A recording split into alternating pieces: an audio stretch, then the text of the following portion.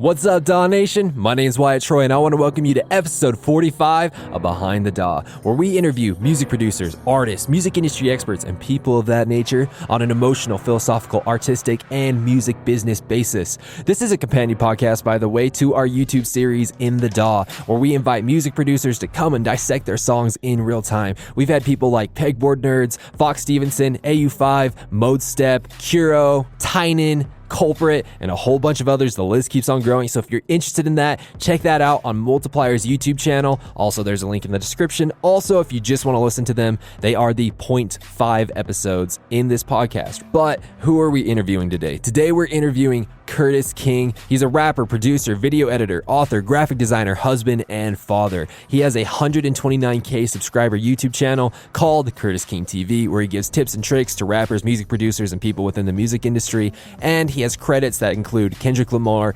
Ab-Soul, Zed's Dead, Loudpack, E40, Murs, and a whole bunch of others. Today you're going to learn why electronic music and hip-hop are kind of separated from each other. We never kind of put them in the same category, even though they're kind of the same thing. It's all in a DAW. We all use samples. We all use synths. It's all kind of the same thing, but they are distinctly separate from each other. Why? We're going to get into that. We're also going to talk about one of the greatest lies ever told in hip-hop, which is also one of the greatest lies ever told in the music industry and kind of humanity at large. We're also going to get into why having a lack of freedom in the music industry is one of the worst things you can ever do to your creativity.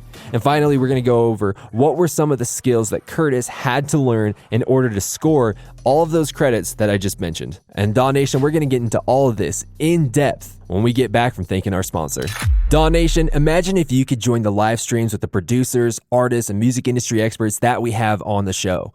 Imagine if you could ask your own questions to these guests. Imagine if you could learn from them in real time before the episode ever comes out. Now imagine all of this costing less than half of what you spend a month on Netflix. Well, DAW Nation, what I just described actually exists. This episode is sponsored by the In the DAW and Behind the DAW Patreon. For only $5 a month, you can get access to our private Discord community where we do the live streams of our interviews. You're able to come on, watch the interview, ask your questions, interact with the guest, and we always pick someone from our Patreon to join the Zoom call. Not just the live stream, but the actual Zoom call where you get to meet the guest face to face. If you want to take a huge step forward in your music career, then check out the In the DAW and Behind the DAW Patreon at patreon.com/InTheDAWWW. That's patreon.com/InTheDAWWW. There's also links in the description for the Patreon. If you have any questions about this, you can email me at wyatt@behindthedaw.net, or you can DM me on Facebook or Instagram. But DAW Nation, let's get into this week's interview.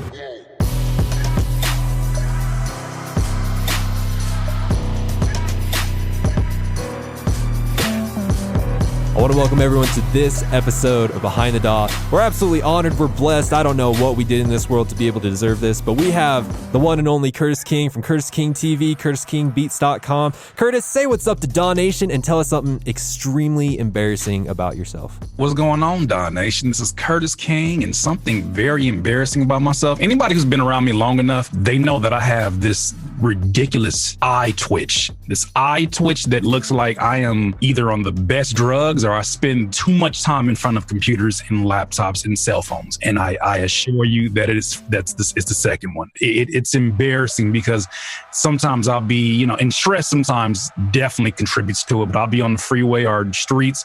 And then if somebody sees me in a fit of, in an anxiety fit, they'll look at me and say, oh, that man's tweaking. And I'm like, I assure you I'm not. I'm just having an episode where, I don't have any control over my eyes and my eyebrows, but that's probably the only thing embarrassing. Other than that, I got an ugly finger, so my career of being like a hand model is pretty much done.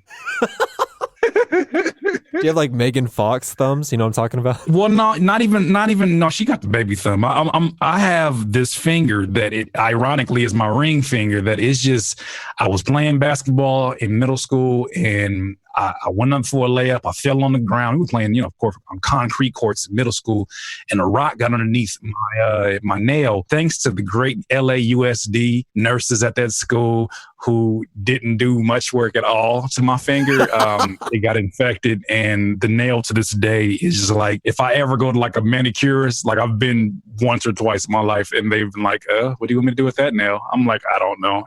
You're the professional, because I don't know what to do with it myself. And it's with me every day. Yeah, that was probably the most embarrassing thing. Other than that, one that has done a lot of self-deprecating humor in the past. So people know pretty much it's been all out there on the table. That's good, man. That's good. I'm glad you got a good attitude about it. So good for you, man. So let's get into some really deep questions, all right? They're kind of meme-ish, kind of funny questions, but I promise they're going to get you there, all right? Okay. So first question I got for you is, so do gingerbread people actually just live in a house that's made of their own flesh? It can either be that they're living in a bread house, they're living in a gingerbread house of their own flesh, or that they're one with their home. Dude, I like that one. That makes me warm. I feel warm inside.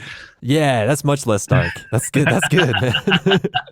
Let's say that, woman's having a baby, head pops out at 11:59 p.m. But then the rest of the baby isn't born until 12 a.m. Does that mean that the baby's head has a different birthday than the baby's body? Absolutely. Absolutely. There's no question. But you didn't even flinch with that. That was fast. Yeah, absolutely. The head is just now at a disadvantage for the rest of his life. I'm sorry, son. I'm sorry, son. You should have got this thing under control. That's good. That was good. You didn't flinch. That was good. All right. So you got those two. Now I got the really, really, really deep one. So this one is like, if you don't even take time to think about this, you'll have all the respect I've ever had for anyone in the world. So are you familiar with the infinite reality theory? No. So the infinite reality theory states that there is an infinite amount of realities, alternative realities out there. So for example, there's a reality out there where I'm Curtis King and you're Wyatt Christensen and you run behind the DAW. You see what I'm saying? And there's also a reality out there where you're still Curtis King, but I'm Wyatt Christensen, but I have two heads. You know what I mean? It's just like there's an infinite amount of realities. Is that sort of like the Shelbyville Bart Simpson? Exactly. Exactly what it is. I'm playing, but no, that sounds very interesting. Okay. It states, like we just said, that there's an infinite amount of different realities that exist. But, Curtis, if that is true, then technically there has to be an alternative reality out there that doesn't have the infinite reality theory. So it's the only reality inside of its own reality, according to the infinite reality theory. Is that true? If it's true, I feel like it might be true for every single one of those realities, because it is someone's reality, right? They only exist within that frame of time. They only exist within that particular reality. If that is indeed their reality, everyone feels that is the only one that exists. I'm not sure if that addresses the question, but is there, okay, one more time, what was the question? One more time. Infinite amount of realities. But if that's true, then there has to be a reality out there somewhere where it doesn't have infinite realities. Yeah, that's a hefty one. I'd have to like really sit down with that one, because this is my first time even getting exposed to it. That's a heavy one. That's a heavy one for the morning. I'm so sorry for exposing you to this burly question. It's okay. Now I got something I have another rabbit hole to go into. I'm coming, Sweet, you two. Man. I'm coming. That's beautiful, man. So with those questions out of the way, do you feel like you're in a much deeper mindset now? Absolutely. The questions that actually apply to music and to music producers, rappers, and all that kind of stuff. So first off, let's state this. So Curtis King, he is very into the hip hop rapper community. Is that a correct statement? Yeah, I'm into the music community even more so now than ever, just in general. Just anybody who wants to be an online, pretty much independent business through the means of creating music. Where I'm getting at with that is, but you do have a ton of experience in hip hop and the rap field, where most of the people that I've had on the show, including myself, we've all had extreme experience inside the EDM realm. Well, this is the question I want to bring up to you, because this is something I've been grappling with for a while, is that I'm kind of wondering why electronic music as a whole has kind of in a way separated itself from hip hop, because technically hip hop is electronic music, right? We're all in a DAW, we're all using samples and synths and stuff like that. So let me ask you that. Why is that? Why is electronic music and hip hop kind of separated from each other in a way? It's a few different things, right? I think that when it comes to, sometimes we can be, we can exclude a lot of sort of subcultures. Even, I think hip hop now is a lot more open than it's ever been. But I think that in the past, they've shut off different genres of music, right? You don't, really, unless you're Nelly, you don't really get too many hip hop artists that are fans of country music, right? You don't really get artists that are fans of other genres because they associate those with being a quote unquote, and I can't stand when people put a race to it, but like this is a white genre. EDM is not a black genre, or they'll say that, hip hop is this, and this is what speaks to me. The crazy thing about it is that when folks say that, and it's generally, folks in the hip hop community who make those separations, they don't understand that even EDM has its roots in Detroit. Those were different races that were there that were doing it. Some folks were black. They have news clips on YouTube that show you the forefathers of EDM transition to. So I think there's sort of that layer on top of it. But then also too, I just think that there are two different ways of making music. I've had the experience to be on both ends. As a producer in hip hop, there's a certain way that we make music, right? There's a certain way that we come together in sessions. Now, through my work with Nightmare, my work with Loud Pack, I mean, when they were together, I've been able to see how they create music, specifically within Logic, and how that differs from FL Studio. And really my bridge was this dude, Kenny Beats, who, had his start in hip hop. So I've been able to see, okay, culturally in the studios, like guys are still, in there with this equipment, and they know what they're using and they know what they're doing. But I just think that there's cultural differences in terms of who are the leaders in these genres. And it's unfortunate, but I think that bridge is being more and more, people are walking back and forth on that bridge a lot more. So there shouldn't be that separation, but that's my long-winded version of that. But I look at it like I've been a part of some of the biggest EDM trap songs, and people had no idea that I was a part of it. And I feel like me being a part of it, that's like hip hop being a part of it. So there's a song by Zed's Dead and Loud Pack called Flies. They dropping like flies. That's my voice. And there's like all there's all these different songs that are out there. People have no idea those are my vocals over the top of them. I mean, that just came from just how wide ranging both of those genres are. But people don't know, like, I'm a huge fan of the stuff Loud Pack has done, Nightmare. There's a few different people that I've really given my ear to, just because, like I said, at the end of the day, music is music. The cultural divides that people try to put on music, I just feel like, look, if you're making music and it makes people feel something, we're in the same game. We're all producers, we're all musicians, right? We're all producing inside of the DAW, so on and so forth. But when it comes to the hip hop guys, if you really look at it objectively, hip hop and EDM, they're basically the same thing with minor details missing, right? Where EDM mostly has a singer or like just a one vocalist, where hip hop usually has a rapper, but of course there's crossover on both of those. Both of them can have a singer and a rapper. You know what I mean? There's just there's little minor details. But if I've had the experience before where I've met other producers, I'm like, that's awesome. What kind of music do you produce? And they'll say hip hop and I'll say EDM, and immediately they get that look on their face like, kind of like I'm the awkward cousin. You know what I mean? Like, oh, come on, man. Like, oh. But you know what, too? I mean, not to make there are a couple of different ways to look at it too. Here's another part of it that I didn't experience with that, is that there are some people within hip hop that feel like certain subgenres of EDM trap, they literally, because there's not that many differences, some people look at kind of like as culture vulturing. Right. They look at it like some of these folks have took this trap genre that is based within Atlanta, that is based within the South, and they're taking it to all these different festivals, but they're not people that have direct connections, at least not public direct connections to the culture. So I think some people look at it and say, okay, that's, the same way that a lot of the EDM DJs look at these corporations sometimes that try to take what they built, in their very humble beginnings and turning into a movie, right? And they're like, I don't want this to be like this. This is like the kind of movie that they're going to make, like a Disney type movie. Like, they don't want it to be commercialized because it's their art and it's very authentic to them. I think there's a lot of hip hop dudes that feel that way too. Like, how can you have an EDM trap and literally the only thing that you're changing is the way that you manipulate the 808s? You're changing sort of some of the BPMs that you're messing around with, and you have more drops. And I think they're looking at that like that's our thing. How can we not be included in that? There's a lot of folks that feel that way. I mean, I'm with you. I'm with you on that. Is that I just look, it's music is music, and it's all good to me. Curtis here, he has credits from like Kendrick Lamar, Absol, Murs, E40, bunch of other people. So With you working with these and including, on the EDM side, as you mentioned, you had Loud Pack and Nightmare, and I'm sure Zed's Dead. Zed's Dead. Yeah, exactly. A bunch of others. So, these are very higher up people in the industry, so to say. So if you could attribute one skill that you have that helps you land those gigs, land those opportunities, what skill would you attribute that to? It'd have to be a combination of communication skills, a combination of listening skills, and a combination of accessibility, right? The skill of being accessible and flexible as well, flexibility. So flexibility, accessibility, listening, and communication skills are the most important thing that I can attribute it to. And notice none of those had to do with music, right? Obviously music does play a part in it, but if you're not able to be in these studio sessions, if you're not able to change something at 2:00 in the morning, back when I was on that grind, these opportunities are going to go to someone else.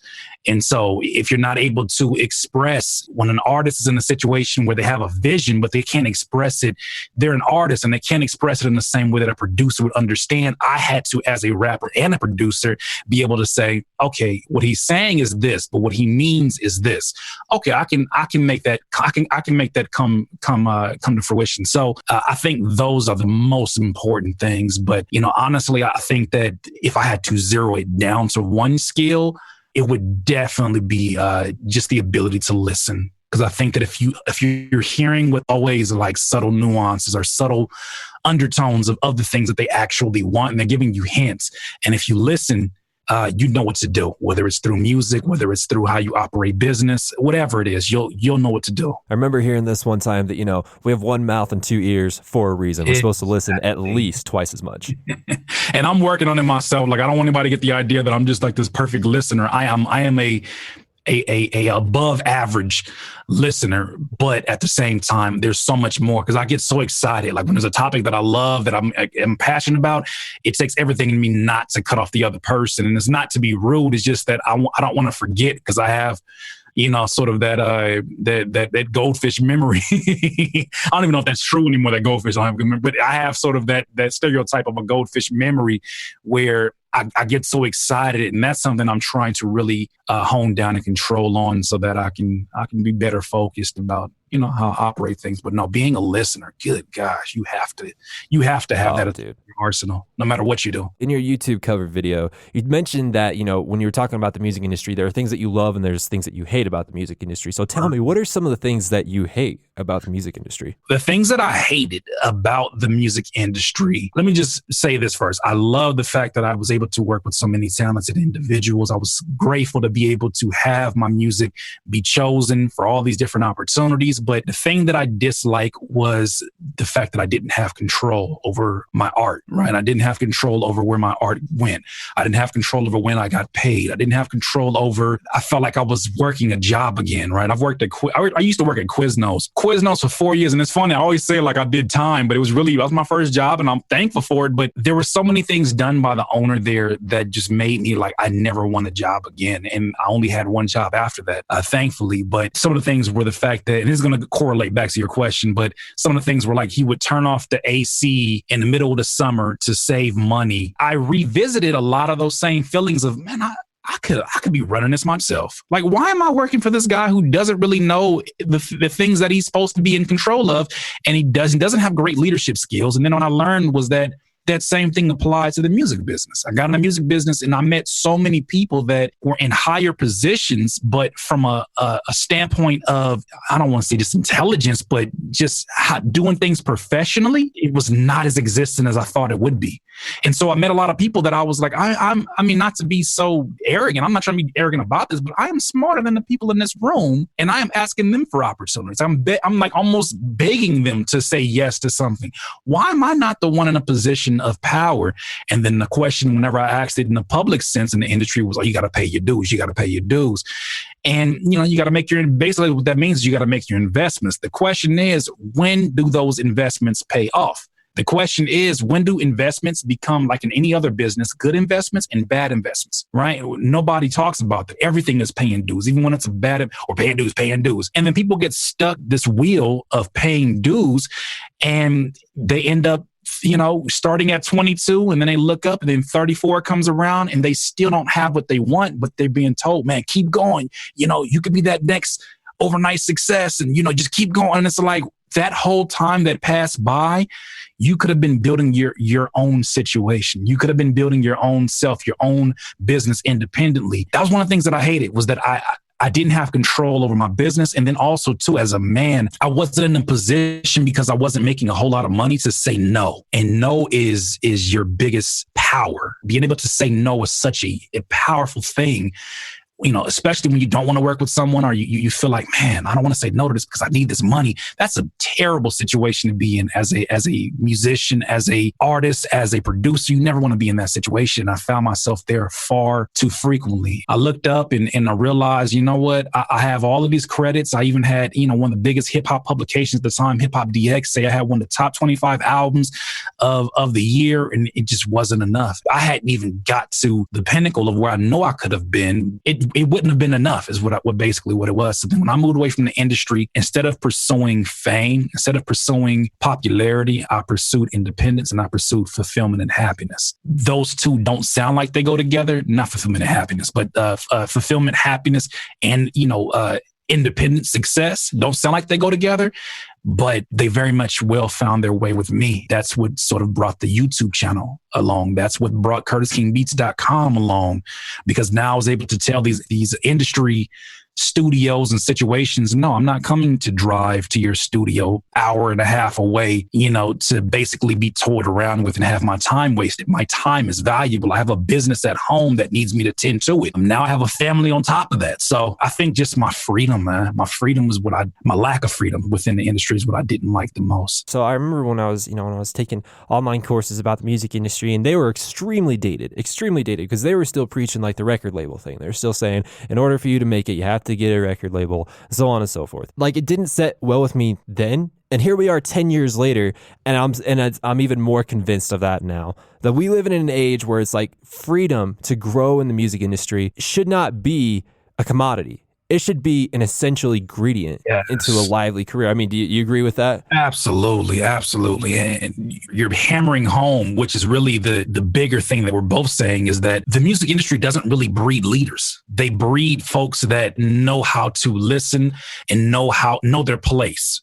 A&Rs, I don't care what position it is, somebody else has a bigger position, whether they're the owner of multiple labels because underneath of an umbrella, or no matter what that title is, somebody has to answer to someone or some people, some investors. It doesn't breed leaders, especially when you are making art. You are looked upon as sort of like the I don't want to say the bottom of the totem pole, but you're not a big priority because they look at you like you can be replaced. I know the article has kind of been debunked by a lot of people, and they said that it was not as accurate as they put it out there. But the Citigroup report that said that musicians only made up 12% of the people basically bringing in income in the music industry, right? They only made 12% of what the income. Okay, I'm just going to rephrase that. They basically said that the musicians, engineers, everybody, engineers, singers, rappers, whatever, only brought home 12% of the total income that was generated by the music industry. That was how it was basically presented. That lets you know, look, there are people in power that are saying, hey, come build this house up. Build it up with your own hands. It takes your art, build up the house. But when it's all said and done, we'll let you stay in this bathroom. That's not a knock to the industry, because at the end of the day, I've never been anti-industry. It's a business, and it's a business. And if you don't know that you are on the other end of that deal, if you don't know what end of the deal that you're on, that's nobody's responsibility but your own. And there's a lot of people who get in here young and impressionable and wet behind the ears and want everything to be like their favorite rapper's story was. And they come to realize, and I know you've met them too. There's been 22-year-olds. I'm 34 now. It's been 22-years-olds that look older than me because of how stressed they are in this industry. Take a drive to LA, guys. You'll know exactly what we're talking about. Yeah, lost. And that's another reason why I had to move out of LA. People are like, man, you're at the epicenter of the music industry. But I'm like, no, I live in San Diego. Why do you live 2 hours away? Why don't you move closer? It's more expensive out there. And on top of that, there's more distractions. There's a lot of people there that are in this mindset that they're in competition with one another. And no matter what walk of life it is.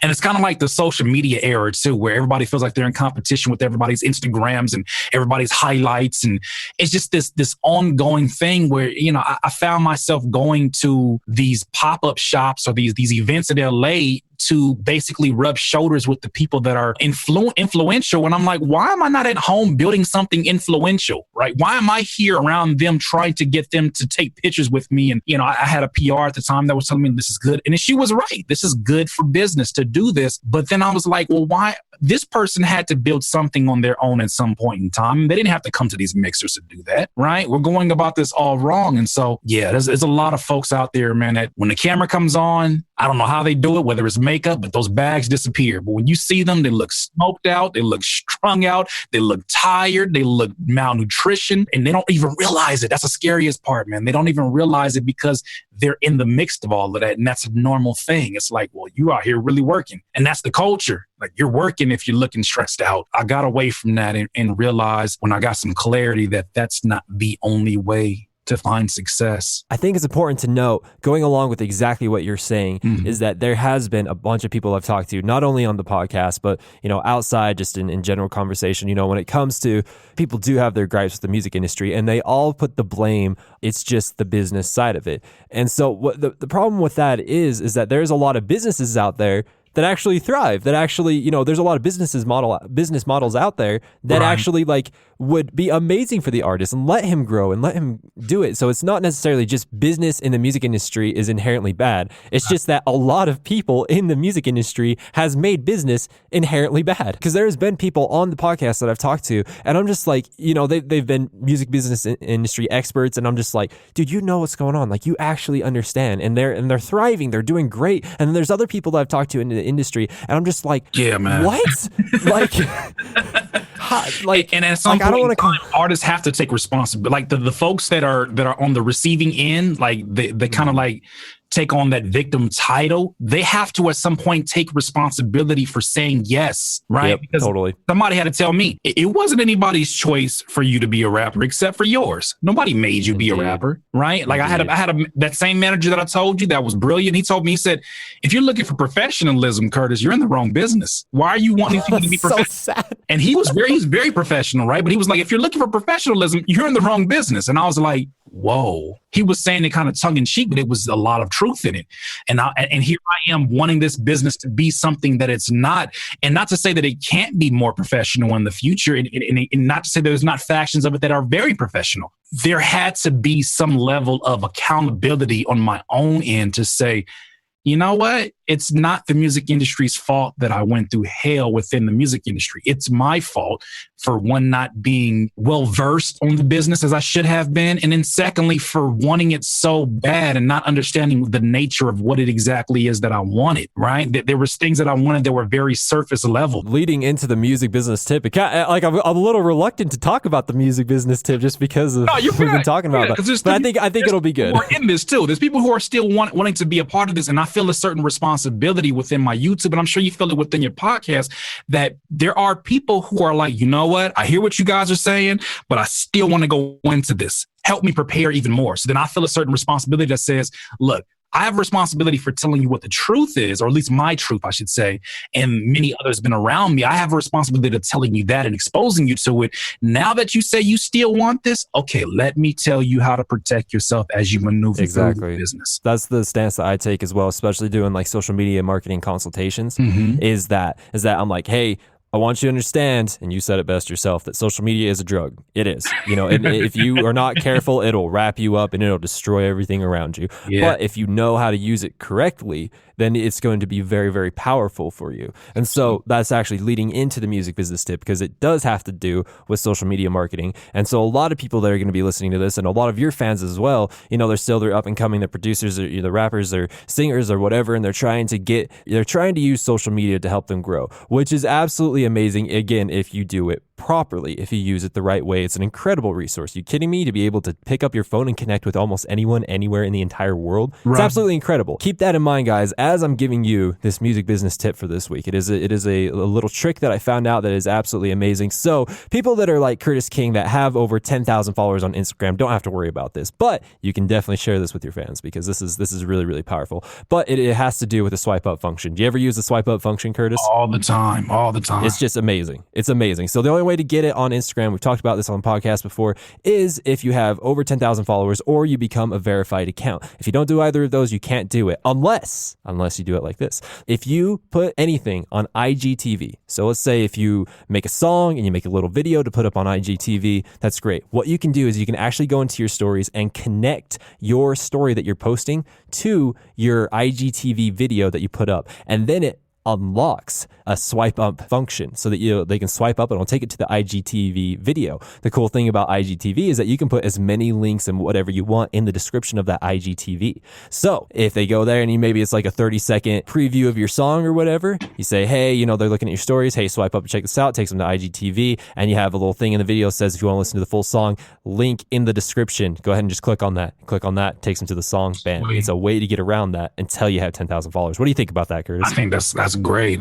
They should be very thankful for folks like you that find those hidden tricks, because that's very crucial to be able to send that traffic that you're building on these social medias to your digital real estate. DAW Nation, there is so much more to come in this interview, and we're going to keep soaking up all this wisdom when we get back from thanking our sponsors.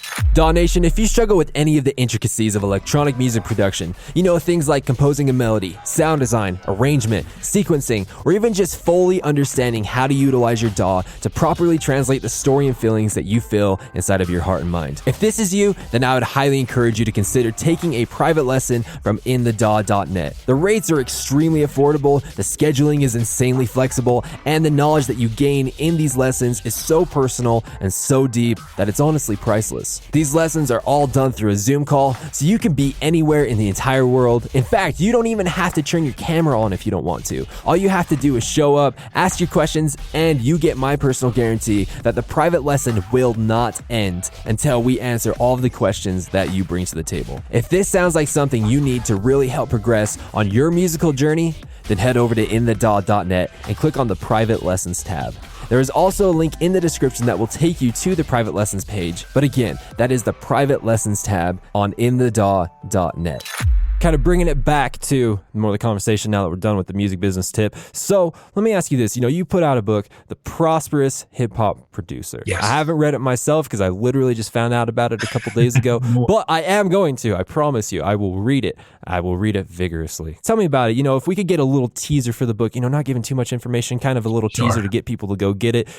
What makes a prosperous producer just in general? I think understanding where your value is. And I think that if you think about most producers, when they say, where in life are you prosperous? Where are you wealthy? Where are you the most rich? And most of them will say, well, if I can't say money, then I have to say my music is where I'm most rich.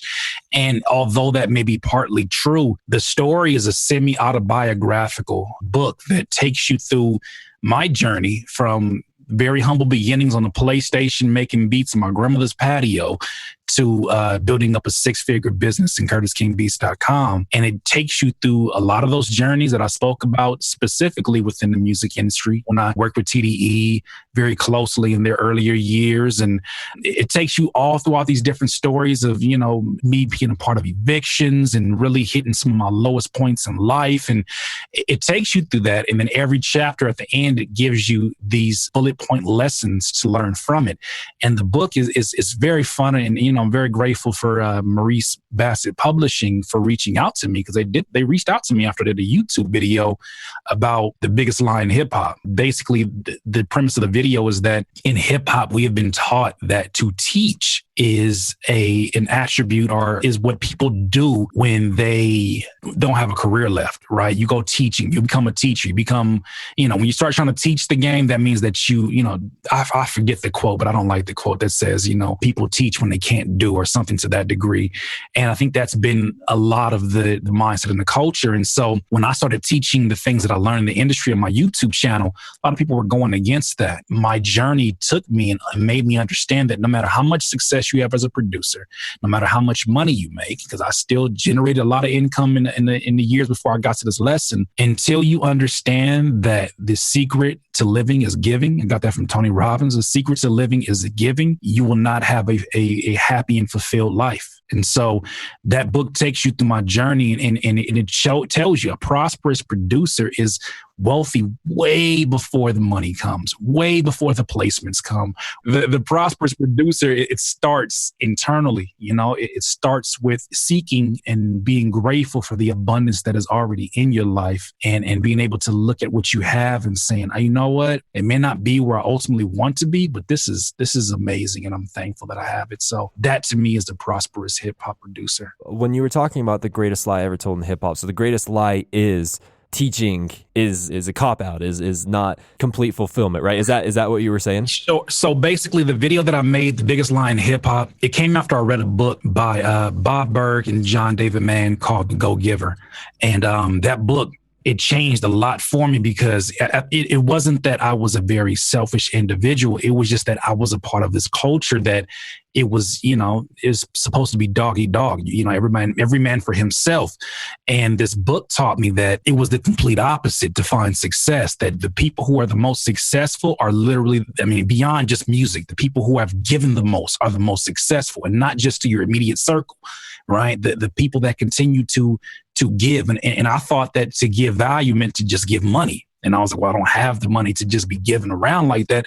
And it was like, no. Your value is your knowledge, your information. Sometimes it is your money, but it's many different things that people find valuable. And it was an example, once it started kind of getting deep into my brain, where I thought about, when I was 12 years old, there was these pair of Griffies that were like probably retail $125, but it were much more money than I had at the time as a child. When I grew up, I found those Griffies in my size, right? Ken Griffey Jr. was a baseball player. People don't know, but one of the most legendary, Ken Griffey Jr. And I found those shoes when I was older in my size, and I could afford to buy 5 and 6 pairs.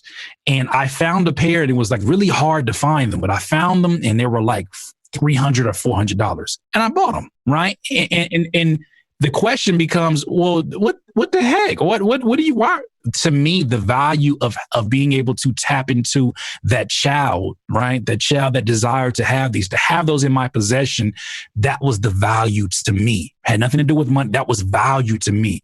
So the same thing correlates to my YouTube channel, in that it may not be valuable to me to read an article or to watch a video about how to start up an email list on MailChimp, right? That's not very valuable, because I know how to do that. I've been doing that for years. But for somebody who doesn't know anything about email lists, that is the most valuable video that he'll watch or he or she will watch in that day. So that whole definition and idea of value started to really build into my mindset. And I realized, man, the biggest lie in hip hop, we keep selling it to each other, is that it's all about getting it for yourself. You got to go out there and get it. Don't worry about, giving to one another. The biggest lie is that it's all about you. And it's not, and so I tried to debunk that.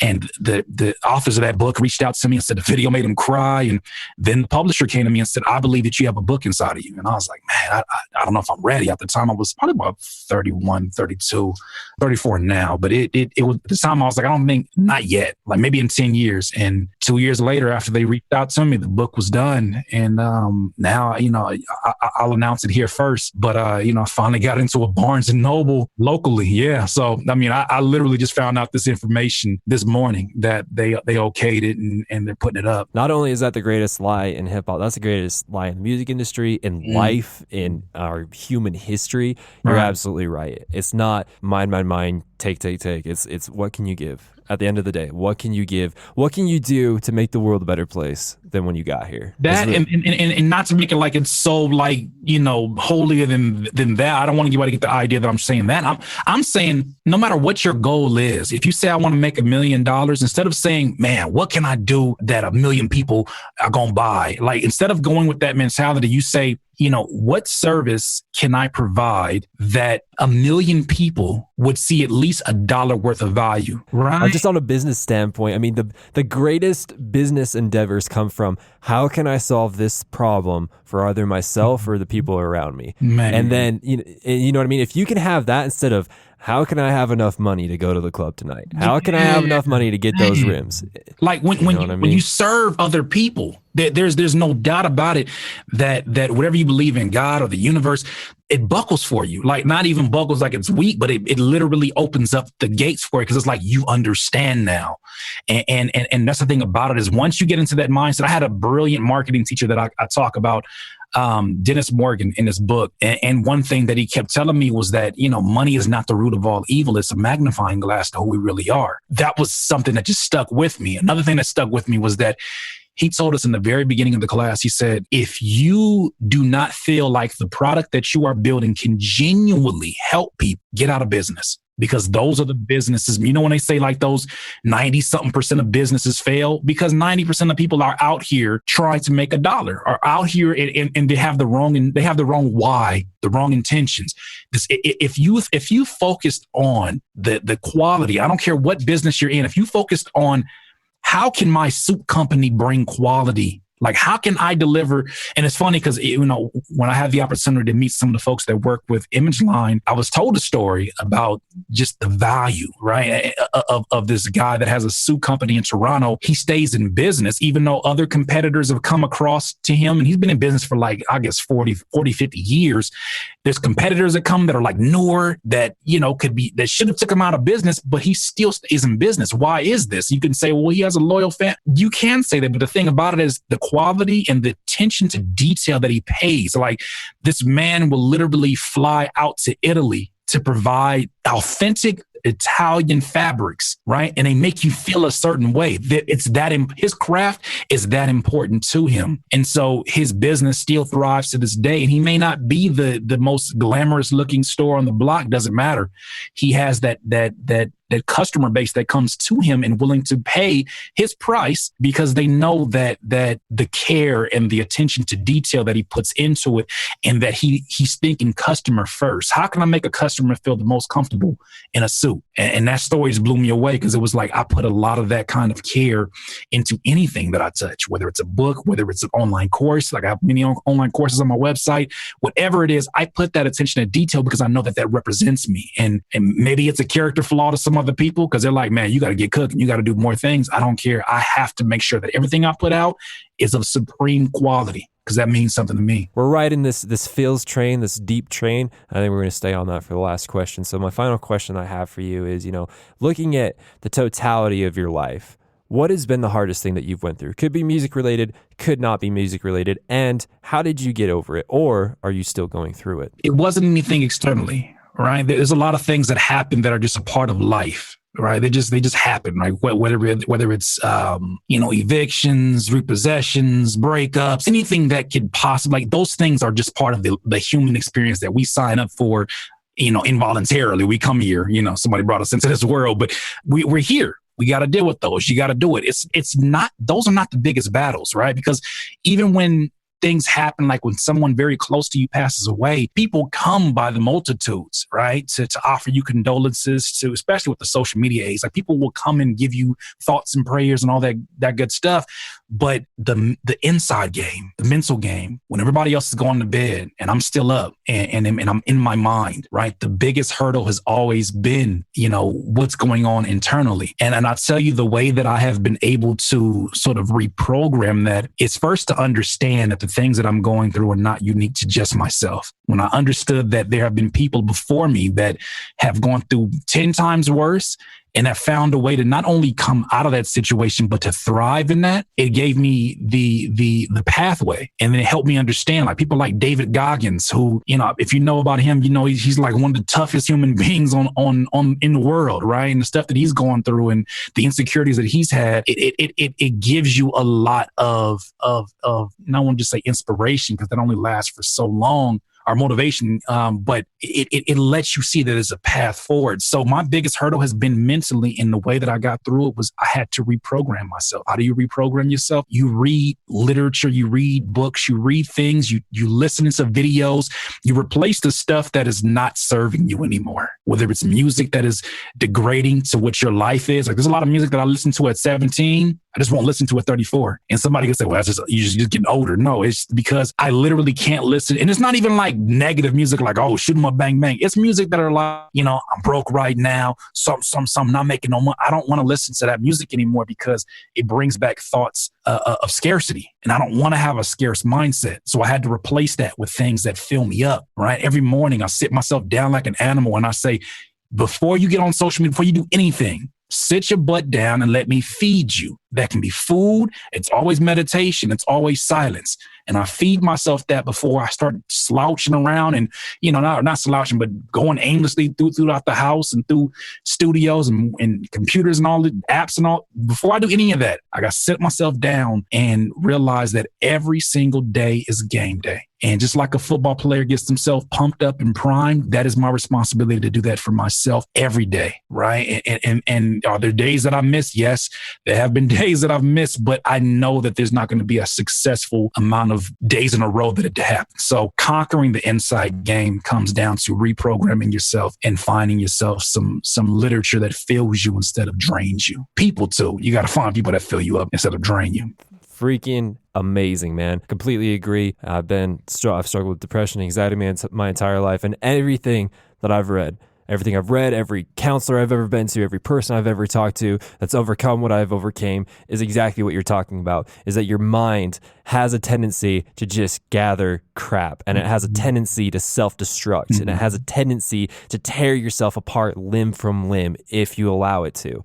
But if you can find that way, like you were saying, to go in there, and it's not a difficult thing. It's just little things that you do every day to replace those thoughts, to replace those habits, to replace those feelings with the more beneficial things. Your brain will react properly, and it'll be like, oh my gosh, like this. Okay, never mind. You're right. I'm sorry I was doing that. Why? I will never do that again. That was my bad. Yep. You know what I mean? It's called the triad. Just once again, some more Tony Robbins information. This helped me out tremendously, but you literally can change your mental game. I know mental health is always a conversation that people talk about bringing up, but nobody really gets to the nitty gritty of it. And I know it's a very difficult thing for every individual, but triad, you can literally change any mood that you're in, any depression, anything, right? By making a change in 3 different places. One being on a physical level, right? What you do with your body. If you're always slouched over and your head is always down on the phone or whatever, no wonder you're sending signals to your brain that you're depressed, right? That's the first thing. Second thing is the language that you're using, right? If you're using language that is constantly beating yourself down, well, you're sending that to your brain. There's certain words that trigger that response out of you. The third one is focus. What are you focusing on? Right. So if you're saying to yourself right now, I am so depressed. I'm so depressed. First of all, your language is contributing to that because you're not depressed. Find another way to describe that. Second, your focus is only on how you're feeling. Just that, right? You're temporarily feeling. And third, physically, you're probably doing something that doesn't contribute to you feeling any other way. So if you did something ridiculous, but there was a study one time where they took some of the most depressed people in a certain county, and they basically had them come in for a study where all they did was sit in front of a mirror and smile for 25 minutes, right? There are certain people who were so depressed, they said that they were depressed even when they were asleep, which is amazing. The study basically had them smile for 25 minutes in front of a mirror, and none of them could bring up depressing thoughts in their mind. It was impossible. So do the same thing. Go to a corner of your room, look into the top corner of your room, put your hands on your hips and look like Superman and try to make yourself feel depressing thoughts. It is impossible because of how you physically move your body, right? What you're focusing on, and then also your language. Thank you so much for coming on the show. Did you have a good time? Absolutely, man. These are very unique questions that I don't think a lot of them I've never been asked before, and I'm always here for that. But thank you so much for inviting me on. This was amazing. Hey, DAW Nation. Hope you enjoyed this episode of Behind the DAW with Curtis King. I just want to remind you that if you are interested in the Patreon or getting private lessons or suggesting someone to come on the show or just getting in contact with me in general, there are links down in the description. Also, if you like this episode, please like, comment, subscribe, subscribe, repost, whatever is appropriate on the particular platform that you're listening on, like iTunes, Spotify, Google Play, Deezer, SoundCloud, YouTube, wherever you're at. It just helps us know that what we're doing is moving in the direction that you need us to. And finally, I would highly encourage you to check out the last episode of Behind the DAW with Note Taker. We talk about knowing when to say no to certain opportunities, what kills creativity, and a step-by-step process of how to create a story within a song. There's a link down in the description for that episode. But DAW Nation, let's listen to our final sponsorship for this week. DAW Nation, do you struggle with getting your music heard? Does it feel like no one is receptive? No one cares? No one is reacting in the way that you thought they would? Maybe it's even leading you to feeling like you're wasting your time and you feel like you should just give up on music. DAW Nation, there is no reason for you to keep feeling this way. 100% of us have a tool that is constantly at our disposal, which can not only put our music out to a huge amount of people, but it can put it out to the right people. Do you know what that tool is? It's social media. Never before in the history of making music have we ever had a tool like this. A tool that can connect your music to the right people virtually anywhere in the world within seconds. But the sad truth is, virtually no one knows how to use it. But if you're interested in utilizing the beast of a tool, which is known as social media, then I would highly encourage you in scheduling a social media marketing consultation with me. My consultation credits include Henry Fong, Kara, Culprit, AU5, Pegboard Nerds, Clockvice, Forso, Copycat, and the list keeps growing. Right now, I'm running a 25% off discount of my social media marketing consultations, but it is a limited time offer. It's not going to last long. So head on over to inthedaw.net, click the private lessons tab, and select a social media marketing consultation. Again, head over to inthedaw.net, click on the private lessons tab, select the social media marketing consultation, and you'll be on your way to getting your music out to the right people. DAW Nation, thank you so much for listening to this episode of Behind the DAW, and we'll catch you next week.